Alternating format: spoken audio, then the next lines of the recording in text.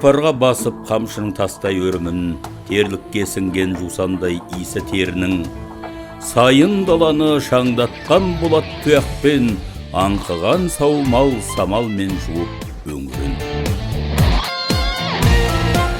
Қалт еткен сәтте жыр менен аулап көңілін, қобыздың қоңыр үнімен басып желігін, киетін кезі аз боқтау ата бабамның оқалы шапан, оюлы шошақ бөрігін.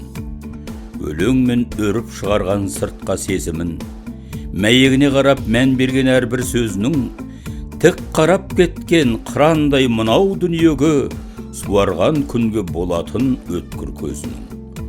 Адырнан тартады ғасыр еп, балбалдарға бахадур басын иіп, қобыз сарын күй тартқан қорымдарға кете берген топырақ тасын үйіп.